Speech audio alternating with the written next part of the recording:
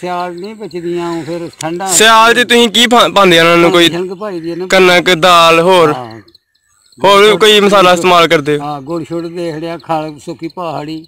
ਸੇ ਕੰਮ ਮੁਸ਼ਕਿਲ ਹੈ ਜਾਂ ਆਸਾਨ?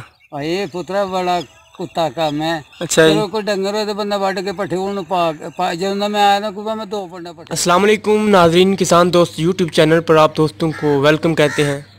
तो नाजरीन, आज एक और नई वीडियो गोट फार्म की लेकर आपकी खिदमत में हाज़िर हुए हैं। अगर आप गोट फार्म यानी बकरियों का कारोबार करना चाहते हैं तो ये बाबा जी का मुफीद और कारआमद इंटरव्यू ज़रूर सुने। बाबा जी के इस इंटरव्यू से आपको ज़रूर इंशाल्लाह कोई ना कोई इन्फॉर्मेशन। अस्सलाम वालेकुम चाचा जी। वालेकुम सलाम जी। की हाल है बुजुर्गो? ठीक ठाक हो? अल्लाह दा शुक्र है। तू सुना पुत्रा? ते केड़े इलाके तो लग रखदे हो? असीं सियालकोट। सियालकोट इलाका केड़ा है? इलाका परेल जफराल दा इलाका सियालकोट दा। सही है सही है। ते बकरियां दा कारोबार कितनी देर तो कर रहे हो? ये तो मैं पुत्रा कोई 2 साल होया मैनूं करदे। ते किन्ने बकरियां तो स्टार्ट कीता है जी? मेरे को पुत्रा एक ही बकरी थी, 2 ही बकरियां, एक लाल हो गई ते एक है। ते जो बकरी ਲਈ ਕਿੰਨੇ ਦੀ ਲਈ ਹੈ ਜੀ? ਉਹ ਹਾਂਜੀ ਤੇ ਮੇਰੇ ਪੁੱਤਰਾ 4000 ਦੀ ਲਿਆਂਦੀ ਸੀ ਤੇ ਇਹ ਹੁਣ ਇਹ ਕਿਹੜੀ ਲਿਆਂਦੀ ਹੈ 7000 ਦੀ। ਠੀਕ ਹੈ, ਹੁਣ ਵਾਵਾ ਹੋ ਗਈਆਂ ਤੁਹਾਡੇ 10-12 ਬੱਕਰੀਆਂ ਹੋ ਗਈਆਂ ਨੇ। ਹਾਂ ਤੇ ਇਹਨਾਂ ਨੂੰ ਈਦ ਤੇ ਸੇਲ ਕਰਦੇ ਹੋ ਜਾਂ ਵੈਸੇ ਸ਼ੌਕ ਦੇ ਤੌਰ ਤੇ ਰੱਖੀ ਗਏ? ਸ਼ੌਕ ਦੀ ਤੌਰ ਤੇ ਪੁੱਤਰਾ ਰੱਖੀ ਗਈ ਨੇ। ਸਹੀ ਹੈ। ਤੇ ਕੀ ਹਿਸਾਬ ਕਿਤਾਬ ਦਾ ਰੂਟੀਨ ਕੀ ਹੈ? ਸੁਬਾਹ ਹੀ ਦੱਸੋ ਥੋੜੀ ਬਹੁਤੀ। ਹਾਂਜੀ ਰੂਟੀਨ ਕੀ ਹੈ? ਰੂਟੀਨ ਸਵੇਰ मेरा ख्याल होंदा 2 बजे ना खोलनी। हाँ ते काम मुश्किल है या आसान? ये पुत्रा बड़ा कुत्ता काम है। अच्छा जी। कोई डंगर हो तो बंदा वट के पट्ठे जब मैं आया ना मैं 2 पंडा पट्ठे वटदा। बिल्कुल बिल्कुल।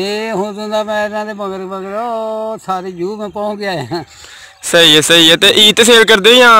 नहीं जो भी लग गए लाए ने ते मैं मुकाई है नहीं है। सही है। किन्ने बकरियां ने ते किन्नियां बकरियां ने विच? मेरे 3 ले ने ते 2 बकरियां एक ले ली है। सही है सही है। 6 सारे। ते बीमारी शमारी दा की हिसाब किताब भी दसो। नहीं बीमारी केड़ी लगदी है वैसे? मेरे पुत्र इन्हां दा कोई पता नहीं हुंदा केड़ी लग जानी है। नहीं कोई चंद बीमारी तुहाडे तजर्बे विच होए जेहड़ी दसो। मेरा मतलब पुत्र इन्हां नूं बीमारी छोड़ के दी लग जांदी। ते ओदा इलाज लूज घर ही करदे हो या? घर ही कर लईदा, जे बच जाण ते बच जाए। केड़े डॉक्टर कोल जाई? जदों तुसीं रखे दे ने कोई जानवर नुकसान नहीं रखदा ना खास्ता? कोई बकरी तुहानूं दस्सिया एक बकरी ते एक पाले ली लाल होई सी। सही है। ते की रेट शेट चल रहा अजकल एक बकरा जे इत्तेफाम ने खरीदना है?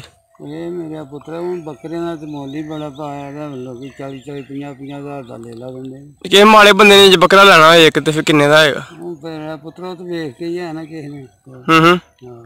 तो उस तो बाद ये नस्ल केड़ी रखी है तुसीं? ये देसी बकरियां जी। देसी केड़ियां सही होंदियां ने? राजनपुरी या देसी? हां जी। नस्लां वावा होंदियां ने केड़ी की नस्ल? ये पुत्रा पता नहीं कि है हुन ये भी देसी नहीं है भी और कोई नस्ल दी है बकरी तो ये बड़ी पसंद करते ने का बहुत इज्जत वाले पसंद की है। अच्छा चाचा जी, उस तो बाद दसो कि मैं संभड़े वालों लियांदी ले लिए मैं छोटी चाहिए। संभड़े वालों किन्ने लियांदी तुसीं? उदों लियांदी सी पुत्रा ये 6,500 दी ले ली लियांदी छोटी। अच्छा हां उदों दी साडे कोल ही है।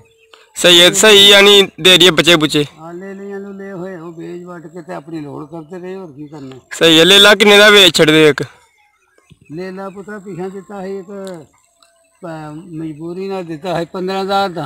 अच्छा तो उस बाद दसो मैनू है कि जो तुम कारोबार कर रहे हो? हाँ जी। तो कैसा कारोबार है? और कारोबार है मैं तुहानू दस्सिया भी हौला है कारोबार साडे नहीं अगर ज्यादा जानवर रखे दे होण ते फिर इन्हां दा फायदा हुंदा जेहड़ा 24 घंटे इन्हां दे सवेर तो लैके शाम तक चारदा रहे बंदा।